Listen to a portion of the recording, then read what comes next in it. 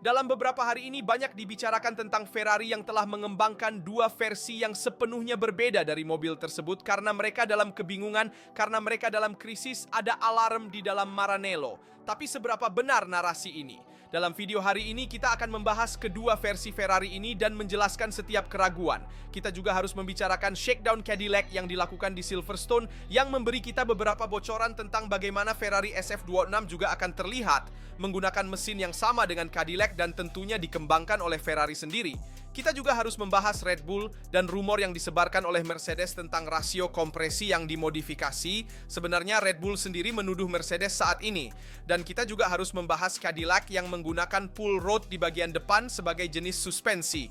Kita juga perlu membicarakan Riccardo Adami yang akan mengambil peran berbeda dibandingkan tahun lalu. Dia tidak akan lagi menjadi insinyur lintasan, Lewis Hamilton, dan banyak lagi. Sebelum kita mulai, tentu saja saya ingatkan untuk memberikan like, berlangganan, dan mengaktifkan notifikasi agar tidak ketinggalan berita tentang Formula 1 dan tentang Ferrari. Setelah itu, mari kita mulai segera. Apakah legenda tentang dua Ferrari yang berbeda untuk memuaskan para pembalap itu benar atau tidak?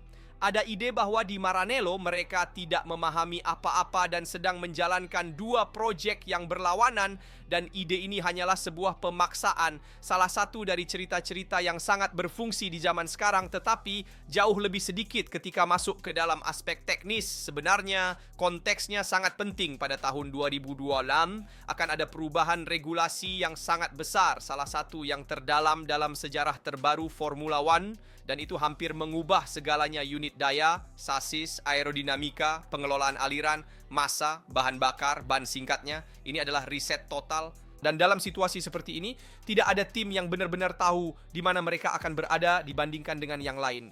Bahkan setelah tes pertama, Ferrari seperti yang lain telah mengalihkan fokus ke 2026 dengan sangat awal karena tidak ingin berada dalam kesulitan. Dan juga karena siklus sebelumnya tidak menawarkan tujuan konkret lagi. Namun ini tidak berarti memiliki kepastian. Hari ini sebaliknya, ketidakpastian sangat tinggi untuk semua orang. Tidak hanya di Maranello, dan keheningan Ferrari seringkali disalahartikan sebagai kebingungan. Padahal itu adalah pilihan yang tepat.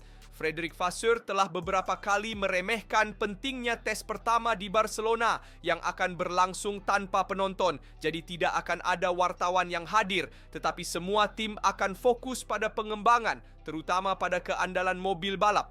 Dan di sana tidak akan mencari performa, tetapi sesuatu yang jauh lebih sederhana dan penting: memahami dasar-dasar teknis, terutama dari unit tenaga yang jika solid akan persis seperti yang akan dilakukan semua yang lain. Jadi ketika berbicara tentang dua versi, sebenarnya berbicara tentang komponen yang berbeda, non di due monoposto opposte.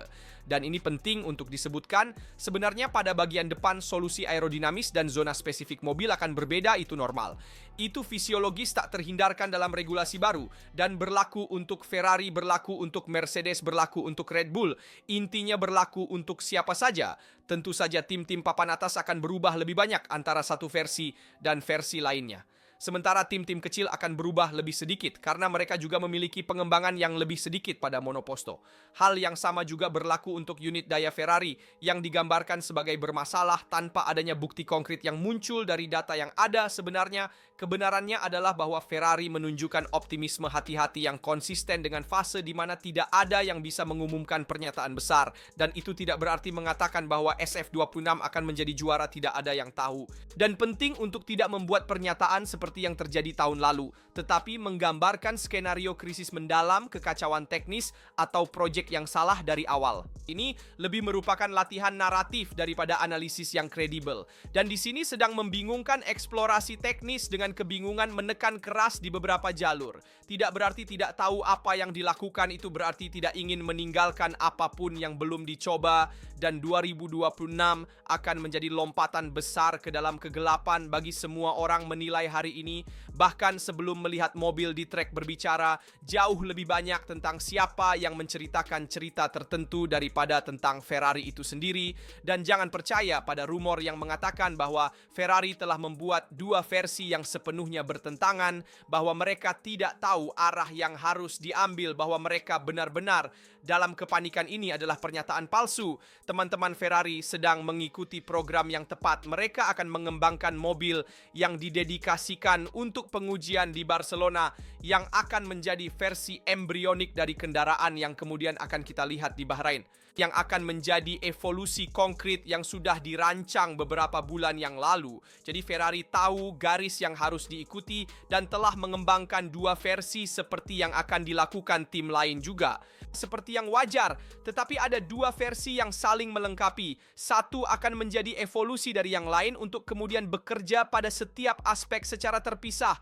Langkah demi langkah, tidak semuanya sekaligus juga. Karena jika kamu menempatkan mobil yang sudah siap dalam tes di Barcelona, kamu berisiko tidak dapat mengidentifikasi dengan benar apakah ada masalah pada mobil, kamu tidak tahu apa penyebabnya. Jadi penting untuk bekerja terlebih dahulu pada keandalan, kemudian pada sasis, lalu pada aerodinamika intinya. Langkah demi langkah kamu bekerja pada mobil balap untuk mencapai versi final yang akan kita lihat tentunya di Melbourne, Australia, pada balapan pertama. Tetapi kita juga harus membicarakan tentang fire up Ferrari karena kita juga mendengar suara dari power unit Ferrari pada hari Jumat, baik dalam fire up yang ditunjukkan oleh Ferrari itu sendiri, tetapi juga tentunya dalam shakedown yang dilakukan di Silverstone oleh Cadillac yang menggunakan mesin Ferrari. Di departemen balap, power unit baru dinyalakan untuk pertama kalinya, com a cabeça em aço, seguindo cronograma já definido há tempos, sem surpresas, sem atrasos,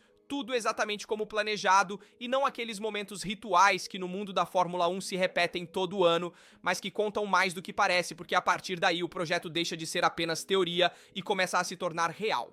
Agora, a atenção se volta toda para uma data precisa, 23 de janeiro, quando haverá a apresentação em Fiorano da Ferrari SF26, com as primeiras imagens divulgadas online, e principalmente a estreia na pista, um shakedown curto. Apenas 15 quilômetros concedidos pela federação, divididos entre Charles Leclerc e Lewis Hamilton, poucas voltas, nenhuma busca por desempenho, mas um objetivo claro: verificar se tudo funciona como previsto. O som do motor V6 Turbo já gerou discussões ao ouvir, parece uma unidade de potência musical agradável, mas a verdadeira novidade é técnica. A cerca de 10.500 rotações por minuto, mesin pembakaran internal akan menghasilkan sekitar 200 tenaga kuda lebih sedikit dibandingkan sebelumnya. Bukan karena batasan Ferrari, tetapi karena peraturan mulai tahun 2026. Kekuatan antara bagian thermal dan elektrik akan jauh lebih seimbang. Dan di Fire Hub, semua tokoh kunci tim hadir setelah kekecewaan tahun 2025 yang hanya berakhir di posisi keempat dalam kejuaraan konstruktor di Marnella. Sebuah pilihan yang tepat telah dibuat garis keheningan, tidak ada proklamasi, tidak ada janji. Tahun ini yang akan berbicara adalah fakta SF26 lahir sebagai proyek yang memutuskan dengan masa lalu yang baru-baru ini akan berubah secara drastis dibandingkan tahun lalu. Dan ini adalah mobil balap agresif yang dirancang untuk mengejar berat minimum dalam peraturan yang akan membuat mobil sekitar 30 kilo lebih ringan dibandingkan dengan era efek tanah. Dan sebelum Natal, sasis sudah melewati uji tabrakan yang frontal tanpa masalah. Sementara yang samping, teknisi FIA meminta penguatan kecil di beberapa area karena solusinya berada di batas. Setelah modifikasi dilakukan, rangka telah disetujui secara resmi. Secara historis, Ferrari selalu sangat konservatif terhadap rangka. Namun, dengan kedatangan Loic Serra, pendekatannya telah berubah. Ada lebih banyak keberanian, lebih banyak agresivitas konseptual, mengikuti filosofi yang mirip dengan yang terlihat selama bertahun-tahun di Red Bull dan juga di Mercedes. Pesannya jelas, SF26 tidak lahir untuk menjadi sekadar evolusi sederhana, tetapi untuk menandai pemisahan yang jelas dari masa lalu. Dan ini adalah fire up yang tenang tetapi konkret, merupakan langkah nyata pertama dari musim yang bagi Ferrari berarti jauh lebih dari sekadar kejuaraan baru. Selain fire up Ferrari yang datang pada momen sangat penting ini karena menunjukkan kepada kita bagaimana cara kerjanya, unit power dari yang merah dan juga bagaimana pekerjaan di Maranello berlangsung, kami telah berbicara minggu lalu tentang biofuel, tentang pilihan Shell untuk lebih agresif dibandingkan pemasok bahan bakar lainnya yang justru beralih ke bensin sintetis. Jadi Shell akan lebih memilih jalur biofuel yang bisa menjadi pilihan yang menguntungkan terutama dalam jangka panjang, dan juga perhatian pada pilihan Cadillac yang menggunakan mesin yang sama dengan Ferrari tetapi juga telah membuat beberapa pilihan yang cukup khusus terkait dengan struktur sasis, cukup khusus terkait dengan struktur rangka dan suspensi. Di Silverstone, power unit Ferrari 2026 telah berputar di trek untuk pertama kalinya, bukan di Ferrari tetapi di Cadillac yang akan debut di Formula 1 tahun ini menggunakan mesin yang dibangun di Maranello, dan hasil awalnya sangat menggembirakan. Kita berbicara tentang kilometer nyata, bukan simulasi. Mesin Italia telah menyelesaikan tes pertama musim tanpa masalah signifikan, dan para teknisi tim Amerika memberikan umpan balik yang sangat positif tentang perilaku mesin. Bagi Cadillac, yang akan masuk ke Formula Wagung sebagai tim pemula, kolaborasi ini sangat penting, tidak hanya untuk mesin itu sendiri, tetapi untuk seluruh paket pengalaman yang sedang ditransfer Ferrari. Dalam beberapa bulan terakhir tahun 2025 di Fiorano, beberapa teknisi Amerika telah bekerja berdampingan dengan yang lain. Di Maranello, sebuah langkah kunci untuk memperoleh metode, prosedur, dan mentalitas. Dan disinilah Guan Yu Zhou juga berperan. Zhou tidak akan berlomba, tetapi akan menjadi sosok sentral dalam pengembangan.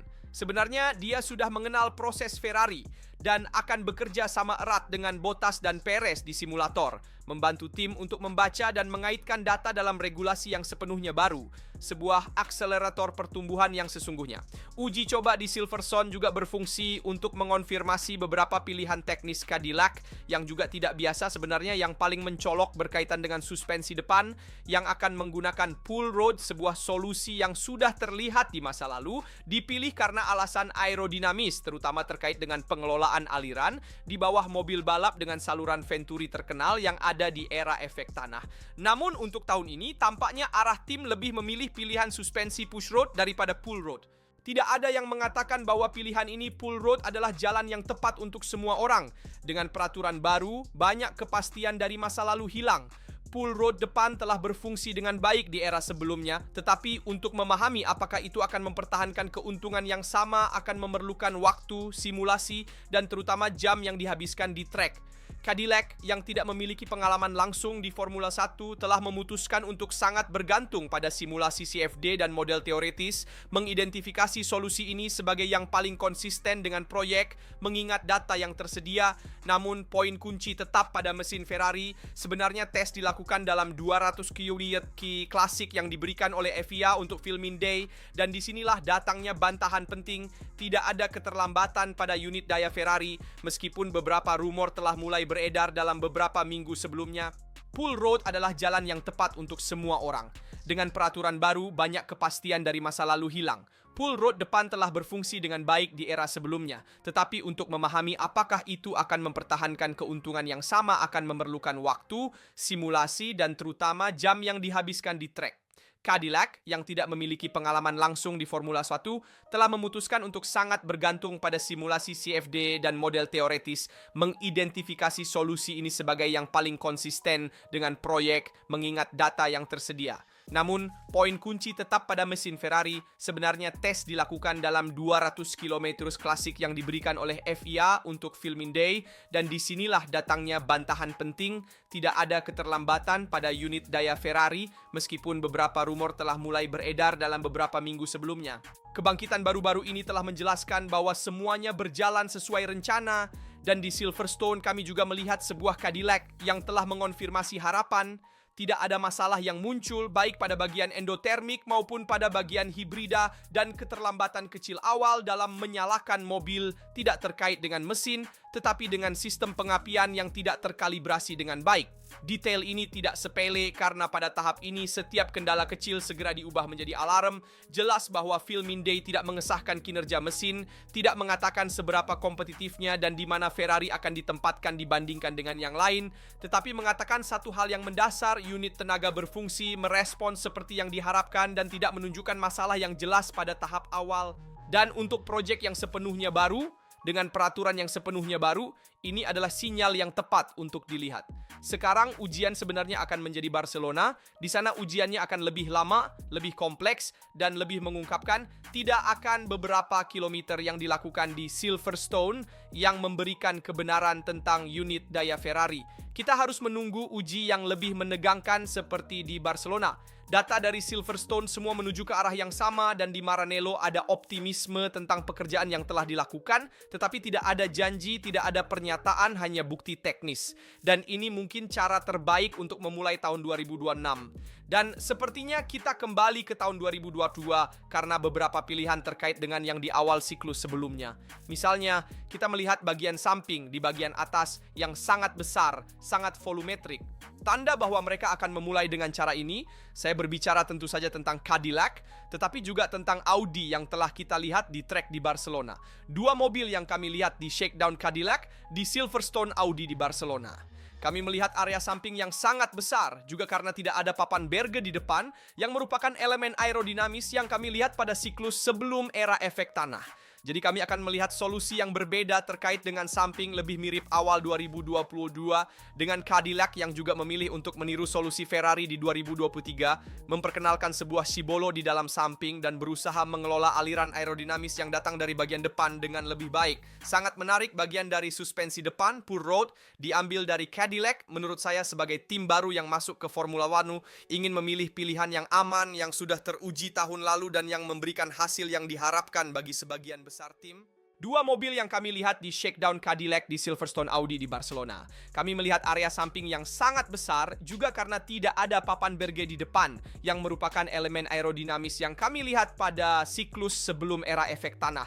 Jadi kami akan melihat solusi yang berbeda terkait dengan samping lebih mirip awal 2022 dengan Cadillac yang juga memilih untuk meniru solusi Ferrari di 2023 memperkenalkan sebuah shibolo di dalam samping dan berusaha mengelola aliran aerodinamis yang datang dari bagian depan dengan lebih baik. Sangat menarik bagian dari suspensi depan Pure Road diambil dari Cadillac. Menurut saya, sebagai tim baru yang masuk ke Formula 1, ingin memilih pilihan yang aman, yang sudah teruji tahun lalu, dan yang memberikan hasil yang diharapkan bagi sebagian besar tim. Dan jadi perhatian bahwa pilihan ini juga berfungsi untuk mengarahkan aliran aerodinamis dengan lebih baik dan mengelola turbulensi yang datang dari bagian depan ke bagian belakang.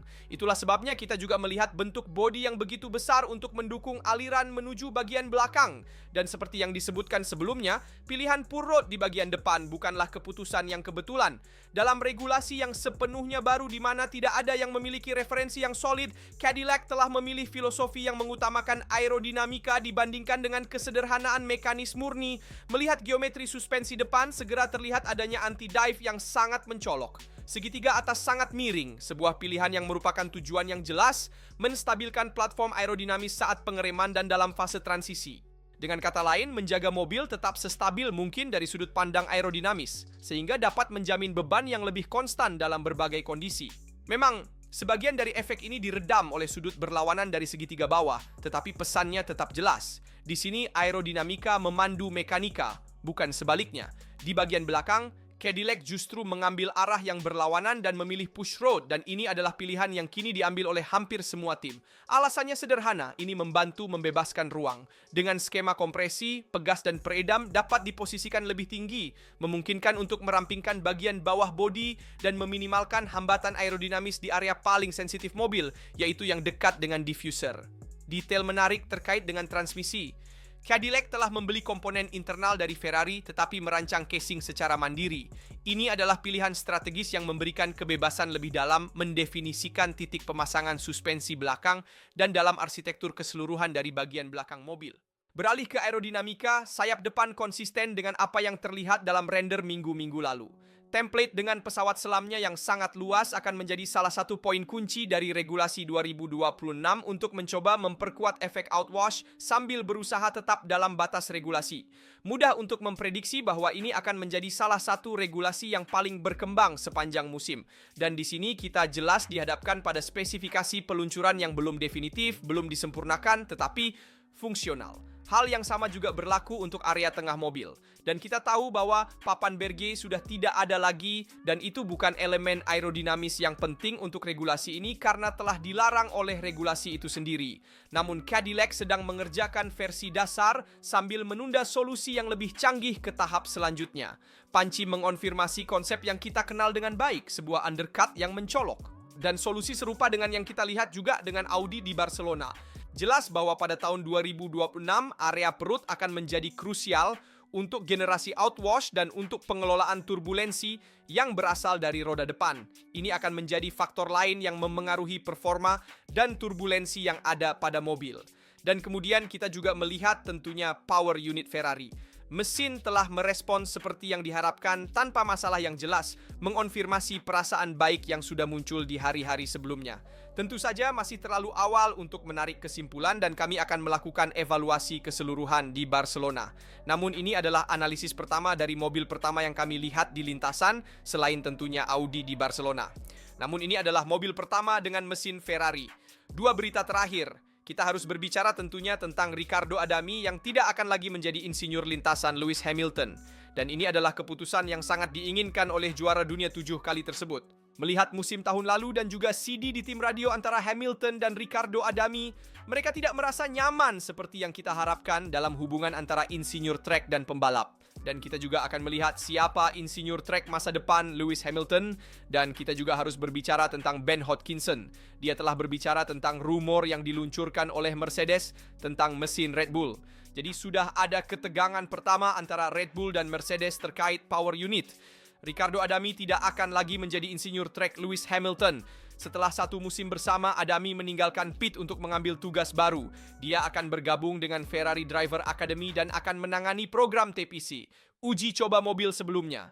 Uji coba dengan mobil dari tahun-tahun sebelumnya. Sebuah langkah yang mengejutkan banyak orang, tetapi jika dilihat lebih dekat tidak begitu tidak dapat dijelaskan. Faktanya, Ferrari dalam pernyataan resminya berbicara tentang penghargaan terhadap pengalaman Adami.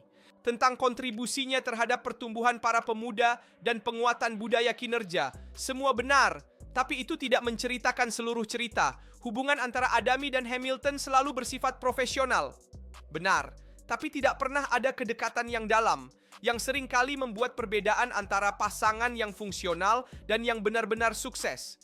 Adami sendiri di masa lalu telah membangun hubungan yang jauh lebih solid. Pertama dengan Sebastian Vettel, kemudian terutama dengan Carlos Sainz. Dan dari situlah kita harus memulai. Adami masuk ke Formula 1 pada tahun 2002 dengan Minardi. Ia menjadi insinyur lintasan pada tahun 2005 dan tumbuh dalam lingkungan yang akan menjadi Toro Rosso. Ia bekerja selama bertahun-tahun dengan pembalap muda dari Akademi Red Bull hingga mengalami salah satu momen paling simbolis dalam kariernya, yaitu kemenangan Vettel di Monza pada tahun 2008. Dan justru Vettel yang menginginkannya bersamanya ketika ia bergabung dengan Ferrari. Dan dari sana Adami menjadi sosok sentral di garasi tim merah. Dari 2021 hingga 2025, ia juga bekerja dengan Carlos Sainz, membangun hubungan yang sangat kuat berdasarkan kepercayaan, komunikasi langsung, dan keselarasan teknis yang besar. Sebuah hubungan yang berfungsi dan terlihat. Dengan Hamilton, perasaan itu tidak pernah benar-benar muncul. Tidak ada perpecahan, tidak ada kasus publik, tapi juga tidak ada kimia yang sering dimiliki juara dunia 7 kali dengan insinyurnya sepanjang sejarah. Mari kita pikirkan juga tentang hubungan dengan Bono, dan itu adalah pilihan yang menurut saya tepat, karena jika hubungan itu tidak terjalin tahun lalu, tidak ada hubungan baik antara keduanya. Adalah tepat untuk memisahkan pasangan tersebut. Memberikan prioritas tentunya kepada Lewis Hamilton untuk memiliki insinyur lintasan yang membuatnya nyaman. Dengan siapa ia merasa nyaman, mungkin juga akan baik untuk memberinya insinyur lintasan berbahasa Inggris. Sehingga memiliki kepercayaan lebih dalam komunikasi dan juga dalam bahasa Inggris itu sendiri, dan jadi tidak memiliki masalah hambatan bahasa jika kita mau. Dari 2021 hingga 2025, ia juga bekerja dengan Carlos Sainz, membangun hubungan yang sangat kuat berdasarkan kepercayaan, komunikasi langsung, dan keselarasan teknis yang besar. Sebuah hubungan yang berfungsi dan terlihat. Dengan Hamilton, perasaan itu tidak pernah benar-benar muncul. Tidak ada perpecahan, tidak ada kasus publik, tapi juga tidak ada kimia yang sering dimiliki juara dunia 7 kali dengan insinyurnya sepanjang sejarah. Mari kita pikirkan juga tentang hubungan dengan Bono, dan itu adalah pilihan yang menurut saya tepat. Karena jika hubungan itu tidak terjalin tahun lalu, tidak ada hubungan baik antara keduanya. Adalah tepat untuk memisahkan pasangan tersebut. Memberikan prioritas tentunya kepada Lewis Hamilton untuk memiliki insinyur lintasan yang membuatnya nyaman. Dengan siapa ia merasa nyaman. Mungkin juga akan baik untuk memberinya insinyur lintasan berbahasa Inggris, sehingga memiliki kepercayaan lebih dalam komunikasi dan juga dalam bahasa Inggris itu sendiri, dan jadi tidak memiliki masalah hambatan bahasa jika kita mau. Itu bisa membantu dari sudut pandang saya. Seperti yang kita lihat dengan Bono di masa lalu di Mercedes. Namun pasti memberi kesempatan kepada Hamilton untuk memilih insinyur lintasannya. Itu akan sangat penting. Itu akan menjadi kebebasan yang diberikan Ferrari untuk juara dunia 7 kali yang pantas mendapatkannya. Jadi kita akan melihat siapa insinyur lintasan Hamilton. Belum ada yang diungkapkan, namun akan sangat penting bahwa dia sendiri yang memilihnya. Tapi kita juga harus membicarakan kasus mesin Red Bull dan mesin Mercedes. Karena yang berbicara adalah Ben Hodgkinson, Direktur Teknis Red Bull Powertrains, jadi dari sisi mesin, dan mantan orang kunci di Mercedes. Dan ini adalah detail yang membuat kata-katanya semakin berat. Menurut Hodgkinson, sebagian besar rumor yang beredar tentang unit daya Mercedes tidak datang dari lawan, tapi dari Mercedes itu sendiri. Pada dasarnya ini adalah kebisingan untuk menutupi yang lain. Hodgkinson menggunakan metafora yang cukup tajam. Ini adalah toples kosong yang paling berisik dan kemudian tenggelam. Suara-suara itu akan dipicu untuk mengalihkan perhatian, bahkan di saat yang rumit dalam hal daya saing dan bahkan di pasar pembalap. Ini adalah konsep kunci karena di pedok komunikasi tidak pernah kebetulan. Setiap hal dipikirkan dengan matang. Ulangi sebuah rumor yang cukup panjang dan rumor itu berhenti terdengar seperti sebuah hipotesis. Ia hampir menjadi fakta dan disinilah permainan sebenarnya dimulai. Penempatan politik, tidak hanya apa yang kamu lakukan di pabrik, tapi apa yang kamu buat orang lain percayai. Dan menurut Red Bull, Mercedes sedang memainkan kartu ini. Namun Hodgkinson menutup dengan pernyataan yang sangat jelas. Tidak ada pertempuran verbal, tidak ada eskalasi. Mari kita fokus pada pekerjaan, biarkan hasil yang berbicara. Diterjemahkan, Red Bull tidak ingin menyeret 2026, sebuah perang pernyataan dan kecurigaan. Tapi pesannya sudah sampai dengan kuat dan jelas. Kasus power unit bukan lagi sekadar masalah teknis. Ini telah menjadi pertarungan dalam narasi. Dan ketika itu terjadi, berarti seseorang merasa perlu membela sesuatu sebelum track berbicara. Dan pernyataan Ben Hodgkinson ini sangat menarik. Karena berasal dari seorang pria yang pernah bekerja di Mercedes di masa lalu. Dan sekarang dia adalah direktur power unit Red Bull. Jadi dia mengenal lingkungan Mercedes. Dia tahu apa strategi komunikasi mereka. Kita sudah melihat di masa lalu beberapa pernyataan yang dibuat oleh Mercedes untuk menutupi kekurangan mereka sendiri yang tidak muncul dalam beberapa tahun terakhir. Kita telah melihat Mercedes yang kesulitan dalam performa. Jadi kita akan melihat apakah kita akan menemukan Mercedes yang diunggulkan atau tidak pada tahun 2026. Beritahu saya di kolom komentar pendapat Anda tentang semua topik yang telah kita bahas dalam video.